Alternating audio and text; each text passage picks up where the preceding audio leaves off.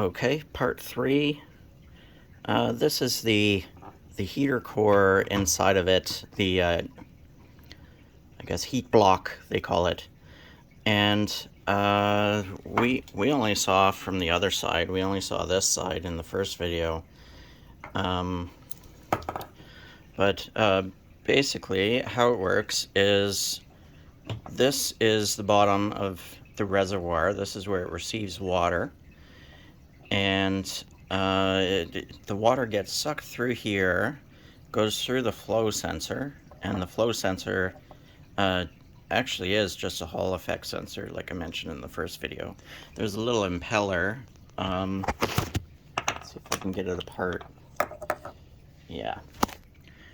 So there's the little impeller that spins, and it's got little magnets on top, and on the other side, you can't really see much, but the little magnetic sensor or Hall effect sensor is inside there and detects when the impeller moves, and that's how it knows that there's actual flow going through. Then the water comes through here and gets sucked through this pump. Now this pump is what's called a solenoid pump. So this coil here, this coil mechanism, actually just moves an implement up and down inside, back and forth. And as that implement, or whatever it is inside, moves up and down, that creates the pulsing pressure. Then the water comes down through here and into this heat block. Down in here, there's a spring inside this, so I think it's actually a type of pressure release valve, to allow water to return back to the reservoir if it gets, like if the pump pumps too much pressure and there's a blockage. That's what happens. So the water flows through here, and there's heaters on either side. You can see them, and then there's a heater on this side, and inside the water just passes through and comes up to the top, and this is the hot side. So this part here goes to the this is where you get your coffee. Your coffee comes through here. Now when the motor stops during the end of the brewing process, there's no more flow during the heat core. So what happens is it builds up pressure. And when it builds up pressure, this is another pressure release up here. And this is the part that makes the steam at the end of the cycle. That's just to purge the heater core. So the steam will come out here through this pressure release. More on the electrical side, this here is a temperature sensor to sense the temperature on the cold side. And up here we have the temperature sensor that, here's the red connector, so it senses on the hot side to make sure that when the heater is working, it's generating hotter water for your cycle. Now the Tassimo has a barcode that has the temperature for brewing encoded in it, as far as I know.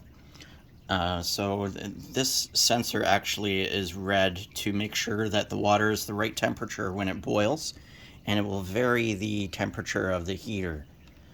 This purple wire goes right to the power switch. The power switch is here and gets power directly from the cord. So the power comes in, and provided that the thermal cutoffs are still okay, it allows the power to flow to the heater, to the input of the heater. And then over on this side, we have the output, which is, I guess, the negative line, and it goes through another thermal cutoff. And then this gray wire goes to the control board where the connection is made to ground, so that the heater is turned on electronically through the controller. I think it's a relay. It's probably a relay. So here's the controller. Looks like it's probably not a relay. It's probably that transistor or MOSFET or SCR. I haven't looked at the actual code yet for it, the model code. So the pump is kind of similar. It gets power also from this input line through the thermal cutoff. And there's another kind of thermal cutoff inside here, a thermal switch. And this line, when connected to ground, will energize the pump. So the pump is also controlled through that little control board. And yeah, that's it for the heater core or heat block. Think heat block or thermal block. It's the actual terminology. But yeah, that's pretty much how the old Tassimo worked too. They're almost identical.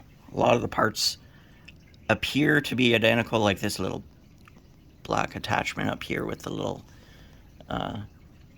pressure release valve, and all the fittings look the same. The pump thermal cutoff might be slightly different in this one, it looks like. Yeah.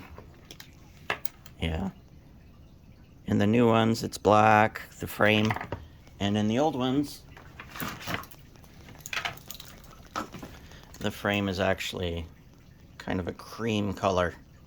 But yeah, you can see it's pretty much identical. Even the layout, everything. This one here, obviously I've removed the pump, but it's otherwise pretty much the same.